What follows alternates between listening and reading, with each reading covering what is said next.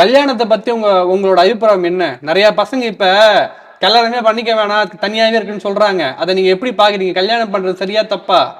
கல்யாணம் பண்ணிக்கலாம், அதனால தப்பு இல்லை. ஆனா ஒத்துமையா இருக்கணும். ஒத்துமையா இருக்கணும், விட்டு கொடுத்து போகணும்.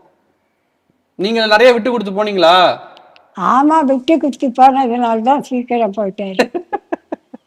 எல்லா பதிலும் பாட்டி சர்க்காஸ்டிக்கா தான் ஆன்சர் பண்ணிட்டு இருக்காங்க. இது 10 வருஷமா இங்க இருக்கீங்கல்ல, உங்களோட தோழிகள் யாரா இருக்காங்களா இங்க? உங்க ஃப்ரெண்ட்ஸ் யாரா இருக்காங்க இந்த இடத்துல? எல்லாருமே ஃப்ரெண்ட்ஸ் தான். எல்லாருமே ஃப்ரெண்ட்ஸ் தானா?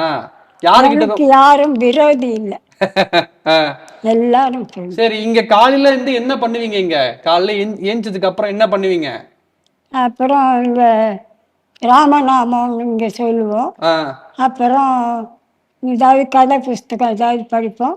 இல்லாட்டி யாராவது வருவாங்க, ஸ்கூல் பசங்க, அவங்க அந்த மாதிரி ஏதாவது ஃபங்க்ஷன் நடந்துக்கிட்டே இருக்கும். அதில் நான்லாம் ஆடிக்கிட்டே இருப்பேன்.